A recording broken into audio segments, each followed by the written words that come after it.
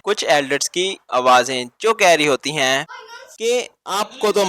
कि मैम आप हमारे लिए चीजों को मुश्किल ना करें। आपको तो पता ही है कि कोई भी विजिटर इस सिटी में दाखिल नहीं हो सकता। इस सिटी में वही लोग जा सकते हैं जो स्पेशल हैं या फिर वो एंशिएंट ट्राइब से बिलोंग करते हैं। इसके बाद मिस जूनर कहती है कि ये लोग मेरे दोस्त हैं, इतना काफी होगा तुम्हारे लिए, इनको अंदर जाने दो। मगर वो दोनों एल्डर्स काफी डीठ होते हैं और ऊपर से मिस को कहने लगते हैं कि मिस, मुझे नहीं लगता कि ये चीज काफी होगी इन दोनों को अंदर लेके जाने के लिए। इनके पास सिर्फ दो ही रास्ते हैं, या तो ये स्पेशल गेस्ट के तौर पे अंदर जाएं या फिर ये अपने साथ कोई नया एंशिएंट ट्राइब को ज्वाइन कर लें। ये सुनकर मिस जूनर को काफी ज्यादा गुस्सा आ जाता है और वो उनपे अटैक करने ही लगती है कि वहां से एक आवाज आ जाती है और वहां पे एक बिजली गिरती है जो कह रहे होते हैं कि एंशिएंट ट्राइब वाले काफी ज्यादा बेगैरत हो गए हैं, जिनको अपने गेस्ट की रिस्पेक्ट करना भूल चुके हैं। इसके बाद वो एल्डर अपीयर होता है तो हम देखते हैं ये एल्डर वही होता है जो शोयान को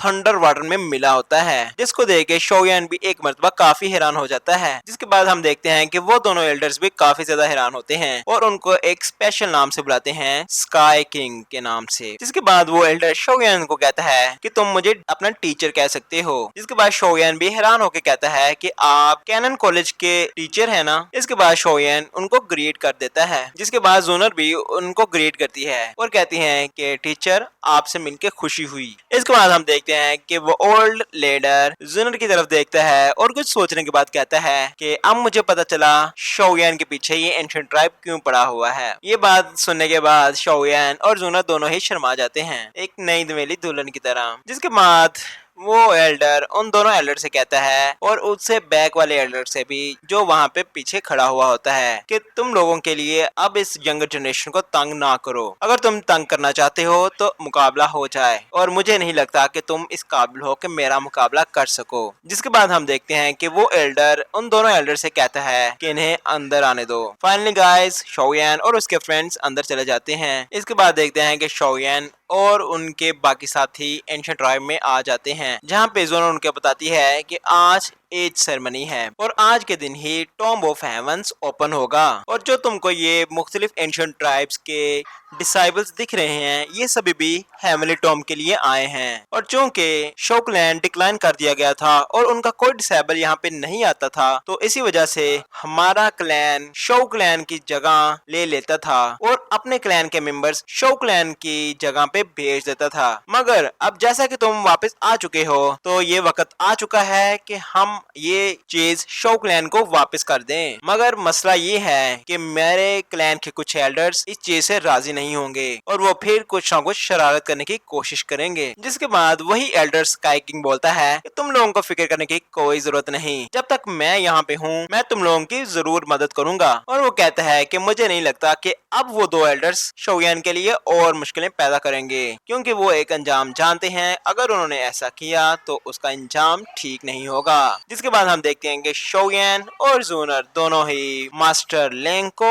थैंक यू करते हैं और उनको ग्रेट करते हैं शोयान की हेल्प करने के लिए। इसके बाद हम देखते हैं कि शोयान को काफी ज्यादा किलिंग इंटेंट का ऑरा महसूस हो जाता है। जिसके बाद हम देखते हैं कि उसी गाइस को जिसने शोयान का पहले रास्ता रोका होता है। इसको देख के जूनर शोयान से कहती है कि ये शोराज कमांड का डी कमांडर का कमांडर है। जिसके देख के शोयान भी कहता है कि ये तो काफी ताकतवर लग रहा है और मिस्टर लैंग भी कहते हैं कि मुझे भी ऐसा ही लगता है कि ये काफी स्ट्रोंग है और मेरे अंदाजे के मुताबिक तुम इससे नहीं जीत सकते, चाहे अपना जितना मर्जी इस स्ट्रेंथ के साथ। और मैंने तो ये भी सुना है कि इसने पीछे 16 फाइट्स को कोई नहीं हारा और सभी फाइट्स में ये जीत ही रहा है। उसके बाद वो कहता है कि मुझे तो लगता है कि एंशिएंट ट्राइब तुम्हारे लिए काफी मुश्किलें पैदा करेगा तुम्हें हेवन टॉम्ब का कोटा वापस देने में। जिसके बाद देखते हैं कि वहाँ पे एल्डर्स ने अनाउंसमेंट कर दी होती है कि एज सेरेमनी स्टार्ट हो चुकी है। जिसके बाद हम वहाँ पे देखते हैं कि वहाँ पे एक पोर्टल ओपन होता है जिसमें से एक काफी हैवी मशीन निकलती है जो कि एक ब्लड टेस्ट करने के लिए मशीन होती है। जिसके बाद एल्डर अनाउंसमेंट करता होता है कि सबसे पहले ब्लड का टेस्ट लिंक वन का होगा। जिसके बाद हम देखते हैं कि लिंक वन वहाँ पे आ जाता है और अपनी पावर्स को उस होलोस्कोप में डाल देता है। जिसके बाद हम देखते हैं कि जैसे ही लिंक वन अपनी पावर्स उसमें डालता है तो वहाँ पे जो स्टार्स होते हैं वो ग्लो करना शुरू कर देते हैं। जिसको शोयन देख के जूनर से कहता है कि ये स्टार्स कि मेरे अंदाजे के मुताबिक जितने ये स्टार्स ग्लो करेंगे ये उतना ही ओपोनेंट की स्ट्रेंथ बताएगा उसकी ब्लड की, उसका ब्लड कितना स्ट्रॉन्ग है। जिसके बाद जूनर कहती है कि बिल्कुल ठीक कहा, एंशिएंट क्लैन के पास 10 किस्म की ब्लड लाइंस हैं। और फिर कहती है कि ओनली 4 लेवल के ब्लड लाइंस बिलोंग करने वाले ही इस सेरेमनी में जाएंगे और लिंक वन के जैसे के 6 लेवल की ब्लड लाइन रखता है, जिस पिक के बाद मुझे नहीं लगता कि वो इस एज सेरेमनी में पार्टिसिपेट भी कर सकता है। जिसके बाद एल्डर्स भी अनाउंस कर देते हैं लिंक वन जो कि 7th कमांडर है आर्मी का, उसके पास 6 लेवल के ब्लड लाइन है और हम उसे गोल्डन पैटर्न का क्लैन टैटू देंगे। इसके बाद हम देखते हैं कि वो एल्डर एक ब्रश निकालता है जिस पर जूनर बताती है कि हमारे क्लैन के पास 4 किस्म के टैटूज हैं जिसमें सिल्वर, गोल्ड, पर्पल और कलर गोल्ड टैटूज पैटर्न हैं। जो क्लैन पैटर्न लिंक वन को मिला है वो 3rd क्लास का गोल्डन क्लैन टैटू है। इस क्लैन पैटर्न का फायदा ये होता है कि जब आप किसी मुश्किल वक्त में होते हैं तो ये क्लैन पैटर्न आपके काफी ज्यादा मदद करता है। जिसके बाद शोयन जूनर से कहता है कि ये क्लैन पैटर्न तो काफी फायदेमंद है और फिर जूनर से पूछता है कि जूनर तुम्हारा ब्लड लाइन क्या 10th लेवल पे रीच कर सकती है। जिस पर जूनर शोयन से कहती है कि ये इतना आसान नहीं है मगर 10th लेवल की ब्लड लाइन को किंग ब्लड लाइन भी कहा जाता है और पिछले 1000 सालों में ऐसा कोई भी अपेयर नहीं हुआ जिसकी 10th लेवल के ब्लड लाइन हो। इसके बाद मिस्टर लैंग उनको बताते हैं कि 9th लेवल की ब्लड लाइन भी यहाँ पे एंशिएंट क्लैन में अगर किसी के पास है तो वो दोशैंग पे इजीली पहुंच सकता है अपनी लाइफ में। जिसके बाद भी ये सुन के शोयन भी हैरान होता है कि आप एक ब्लड लाइन की मदद से दोशैंग पे भी पहुंच सकते हो। जिसके बाद हम देखते हैं कि वो एल्डर्स इसी तरह 5th कमांडर और बाकी के लोगों को भी क्लैन टैटू दे रहा होता है और फिर वो अनाउंस करते हैं कि अब बारी है जिसका हमें नाम नहीं बताया जाता, वही जिसका शोयन ने काफी मरतबा रास्ता भी रोका है। जिसके बाद हम देखते हैं कि जैसे ही वो अपनी पावर्स उस टेलीस्कोप में डालते हैं वो काफी ज्यादा तेज से घूमने लगता है और ग्लो करने लगता है जिसको देख के वहाँ पे बैठे लोग भी काफी ज्यादा हैरान होते हैं और वो समझ जाते हैं कि इसकी ब्लड लाइन की पावर लेवल 8 की है। जिसके बाद वो कहते हैं कि लेवल 8 के ब्लड लाइन तो मिस जूनर की भी है और ये बंदा तो काफी ज्यादा पावरफुल हो चुका है। जिसको देखकर जूनर भी परेशान हो जाती है और शोयन को बताती है कि ये बंदा लेवल 8 की ब्लड लाइन पे पहुंच चुका है और बाकी के एल्डर्स भी ये देख के थोड़ा सा खुश हो जाते हैं और अनाउंस करते हैं कि ब्लैक आर्मी की कमांडर 4 बड़े कमांडरों में से एक कमांडर जो कि आप लेवल 8 की ब्लड लाइन पे पहुंच चुका है उसको पर्पल कलर का क्लैन टैटू दिया जाता है। इसके बाद हम देखते हैं कि जैसे ही वो पैटर्न को ड्रा करते हैं वो पर्पल कलर का होता है और जैसे ही उसके सर में जाता है तो वहाँ पे काफी ज्यादा एनर्जी का फ्लो होना शुरू हो जाता है। जिसके बाद जैसे ही एल्डर्स अनाउंसमेंट और करने लगते हैं वो बंदा बोलता है जो कि एंशिएंट डीमन होता है, वो कहता है कि रूल्स के मुताबिक इस वक्त मैं जिसे चाहूँ चैलेंज कर सकता हूँ और मैं यहाँ पे एक किसी बंदे को चैलेंज भी करना चाहता हूँ। जिस पे वो एल्डर्स कहते हैं कि तुम ये चैलेंज तभी कर सकते हो जब दूसरा बंदा भी इस चीज के लिए राजी हो। जिसके बाद वो थोड़ा सा मुस्कुराता है और कहता है कि मैं करना चाहता हूँ शोयन से मुकाबला और उसे कहता है कि क्या तुम में इतनी हिम्मत है कि तुम मेरा मुकाबला कर सको। जिसके बाद मिस जूनर को काफी ज्यादा गुस्सा आ जाता है और वो कहता है कि तुम्हारी हिम्मत भी कैसे हुई शोयन से ऐसे बात करने की। जिसके बाद हम देखते हैं कि जैसे ही जूनर ये बात करती है वो शोयन को फिर से ललकारता है और कहता है कि मुझे पता है तुम जरूर ना करोगे। जिस पे जूनर को काफी ज्यादा गुस्सा आ जाता है और वो उस पे अटैक करने ही वाली होती है कि शोयन उसको रोक लेता है और कहता है कि तुम इस बगैरत की वजह से अपना मूड ना खराब करो, आज एज सेरेमनी है और तुम अपना फोकस उसकी तरफ करो, मैं इसको संभाल लेता हूँ। और जैसा कि मुझे अपना शो क्लैन के एंशिएंट टॉम का कोटा वापस लेना है तो मुझे ये साबित करना ही होगा कि मैं इस काबिल हूँ और इसको हरा के मैं ये चीज प्रूव भी करूंगा। जिसके बाद हम देखते हैं कि वो दोनों आसमान में आ जाते हैं और शोयन कहता है मैं शोयन शो क्लैन से बिलोंग करता हूँ और मैं तुम्हारा चैलेंज एक्सेप्ट करता हूँ। जिसके बाद हम देखते हैं कि गाइस वहाँ पे काफी ज्यादा मजे की फाइट शुरू हो जाती है। जिसके बाद हम देखते हैं कि शोयन काफी ज्यादा उस पर अटैक कर रहा होता है और वो भी अटैक कर रहा होता है, लेकिन शोयन के अटैक उसको कुछ खास असर नहीं डाल रहे होते हैं और वो बहुत इजीली उसके अटैक को रोक रहा होता है और उनकी फाइट की वजह से वहाँ पे इर्द गिर्द स्पेस भी काफी ज्यादा क्रैक आने लगते हैं। जिसके बाद हम देखते हैं कि वो ancient demon opening mountain seal का इस्तेमाल करता है और वो एक सील नहीं होती, वहाँ पे 4-5 सील्स बन जाती है जो लगातार शोयन पे अटैक कर रही होती है। जिसके बाद हम देखते हैं कि वो इस शो में डिफिकल्ट हो रही होती है। जिसके बाद हम देखते हैं कि शोयन 3 हेवनली फ्रेम्स ट्रांसफॉर्म कर लेता है, यानी ट्रांसफॉर्मेशन टेक्निक का इस्तेमाल कर लेता है, जिसकी वजह से उसका लेवल काफी अप हो जाता है। लेकिन हम देखते हैं कि ये लेवल भी शोयन के लिए काफी नहीं था उस एंशिएंट डीमन से लड़ने के लिए। जिसके बाद हम देखते हैं कि शोयन फ्लेम डिवाइडिंग रूलर का इस्तेमाल करता है और उस पे अटैक कर देता है, मगर वो एंशिएंट डीमन उसे अपने एक ही रात से डिस्ट्रॉय करके शोयन की तरफ बढ़ता है। जिसको देख के शोयन फिर से अपनी वही टेक्निक अर्थ गेंगियान को इस्तेमाल करता है, जिसकी वजह से वो एंशिएंट डीमन उस आग के लावा में फंस जाता है और सभी को लगता है कि अब एंशिएंट डीमन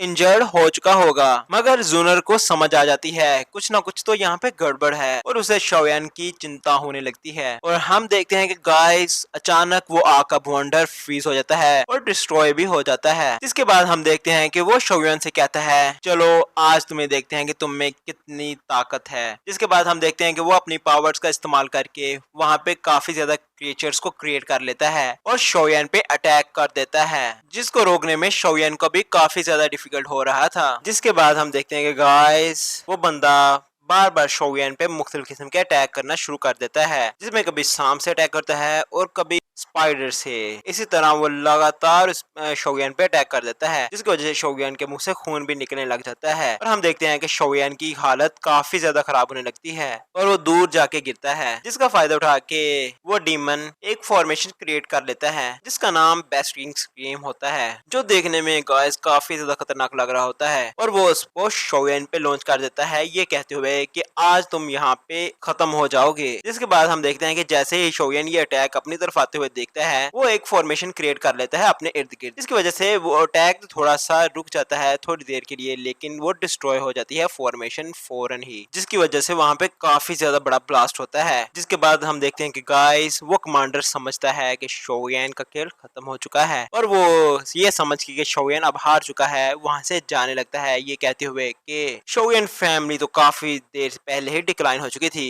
और उसका जो लास्ट बचा साइबर को भी आज मैंने खत्म कर दिया है, जो हमारे ट्राइब का मुकाबला करना चाहता था। लेकिन जैसे ही वहाँ से धुआं वगैरह हटता है तो हम देखते हैं कि शोयन तो वहाँ पे बिल्कुल ठीक खड़ा है, मगर हम देखते हैं कि शोयन की हालत काफी ज्यादा खराब है और उसको काफी ज्यादा जख्म भी लगे हुए हैं जिस्म पे और वो अपने मुंह को में से खून साफ करते हुए कहता है कि एंशिएंट क्लैन में सिर्फ इतना ही दम है और जिस चीज ने शोयन को इस अटैक से बचाया होता है वो कुछ और नहीं बल्कि हमारी प्यारी लिटिल सिया ने, और ये होता है ड्रैगन आर्मर फिनिक्स के क्लोथ्स, जिसको देख के उस क्लैन के एल्डर्स भी काफी ज्यादा हैरान हो जाते हैं कि शोयन के पास एंशिएंट ड्रैगन आर्मर कैसे मौजूद है। जिसको देख के मास्टर लिंक भी बोलता है कि इस कवच ने तो शोयन का काफी प्रोटेक्शन की है। जिसके बाद सीन शिफ्ट होता है शोयन की तरफ, जो उस कमांडर को कह रहा होता है कि मैंने गामा एम्पायर से जब से निकला हूँ मैंने काफी ज्यादा मुश्किलात का फेस किया है, मैंने काफी मरतबा अपनी मौत को अपने सामने देखा है और उसको भी बीट किया है।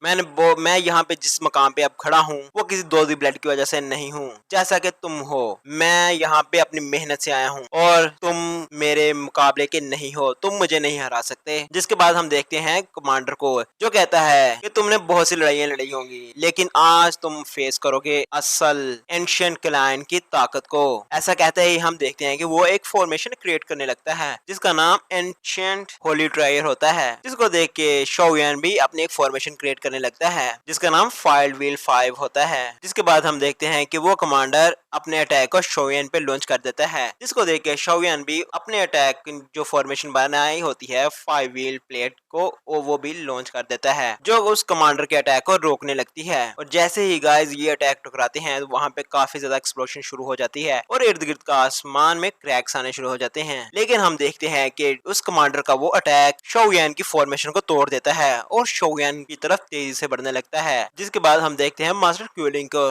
जो कह रहे होते हैं कि 5 फायर रिंग्स प्लेट्स काफी ज्यादा स्ट्रॉन्ग हैं, लेकिन मुझे नहीं लगता कि वो ये अटैक रोक पाएंगे। और यही बात लिटिल डॉक्टर भी कह रही होती है और वो सब लोग काफी फिक्रमंद होते हैं शोयन। जिसके बाद गाइस सभी लोग ये चीज देख के हैरान हो जाते हैं कि शोयन ने वहाँ पे एंग्री बुड्ढा लोटस बना लिया होता है, जिसको देख के एक मर्तबा एंशिएंट कमांडर भी काफी ज्यादा हैरान होता है और शोयन उस पे लॉन्च कर देता है। जहाँ पे हम देखते हैं कि एंशिएंट ड्रैगन का वो जो फॉर्मेशन थी वो एंग्री बुड्ढा से टकराते ही वहां पे डिस्ट्रॉय हो जाती है और तेजी के साथ उस कमांडर की तरफ बढ़ती है। जहाँ पे हम देखते हैं कि जैसे ही वो फॉर्मेशन शोयन का एंग्री बुड्ढा लोटस उस कमांडर पर लगने वाला होता है, वहाँ पे एक एल्डर की आवाज आती है जो शोयन से कह रही होती है कि शोयन अपना हाथ हल्का रखो, क्या तुम इस मासूम बंदे की जान लेना चाहते हो। ये कहते ही वहाँ पे एक एल्डर अपेयर हो जाता है और वो अपनी तकनीक की मदद से उस एंग्री बुड्ढा लोटस को कंट्रोल कर लेता है और अपने हाथ में रख लेता है और कुछ तकनीक का इस्तेमाल करके उसको डिसअपेयर कर देता है। तो गाइस जैसे ही वो उस एंग्री बुड्ढा लोटस को डिसअपेयर करता है वैसे ही ये एपिसोड हमारा यहाँ पे खत्म हो जाता है। तो ये एपिसोड काफी इंटरेस्टिंग था गाइस, तो इसीलिए एक लाइक और सब्सक्राइब तो बनता है। तो मिलते हैं नेक्स्ट वीडियो में। Guys battle through the haven के एक और एपिसोड में आप लोगों का स्वागत। तो एपिसोड की स्टार्टिंग वहीं से होती है जहाँ पे थर्ड कमांडर ने शोयन को फाइट के लिए ज्वाइन कर दिया था, जहाँ पे वो शोयन से कह रहा होता है कि मैंने तुम्हारा काफी नाम सुना है, तो क्या तुम मुझे कुछ सिखाना पसंद करोगे। ये देख के लोग वहाँ पे काफी ज्यादा हैरान होते हैं और कहते हैं क्या शोयन भी यहाँ पे मौजूद है। हमने शोयन के टीचर के बारे में भी काफी कुछ सुना है, जो एक मेडिसिन मास्टर है और जिसका लेवल हाफ सेंट पर जा पहुंचा है। इस पे लिटिल डॉक्टर कहती है ये लोग बहुत ही बेशर्म है, पहले ये वो दूसरों से पंगा लेते हैं और फिर इल्जाम भी पे डाल देते। इस पे शोयन कहता है ये तो काफी अच्छी बात है, मैं एंशिएंट वर्ल्ड में इंटर होने से पहले ही इस तरह के लोगों को साफ करा। जिसके बाद हम देखते हैं कि शोयन भी अपने फुल पावर के साथ वहाँ पे बैटलफील्ड में आ जाता है, जिस पे वो थर्ड कमांडर शोयन से कहता है मैं भी आज देखता हूँ कि तुम में कितना पानी है। ये कह के वो शोयन पे अटैक कर देता है, मगर हम देखते हैं कि शोयन काफी इजी से उसका अटैक को डॉज कर देता है, जिस पे वो बंदा भी एक मरतबा हैरान हो जाता है और फिर शोयन पे अटैक करने लगता है अपने ड्रैगन के साथ। हम देखते हैं कि शोयन उसके अटैक को काफी इजीली रोक रहा होता है और कहता है कि इस एबिलिटी के साथ तुम मेरा कुछ भी नहीं बिगाड़ सकते। फिर शोयन एक सोल अटैक करता है, जिसकी वजह से उसकी सोल उसके जिस्म से बाहर हो जाती है, जिससे वो काफी पीछे जाकर गिरता है, लेकिन वो फिर अपने आप को संभालता है और उस पे एक तोशा क्लैन से अटैक कर देता है, जहाँ पे हम देखते हैं काफी सारे हैंड शोयन पे एक साथ ही अटैक कर देते हैं। मगर हम देखते हैं शोयन काफी रिलैक्स खड़ा होता है और बहुत ही इजीली उसके इस अटैक से भी बच जाता है। फिर वो बंदा अपने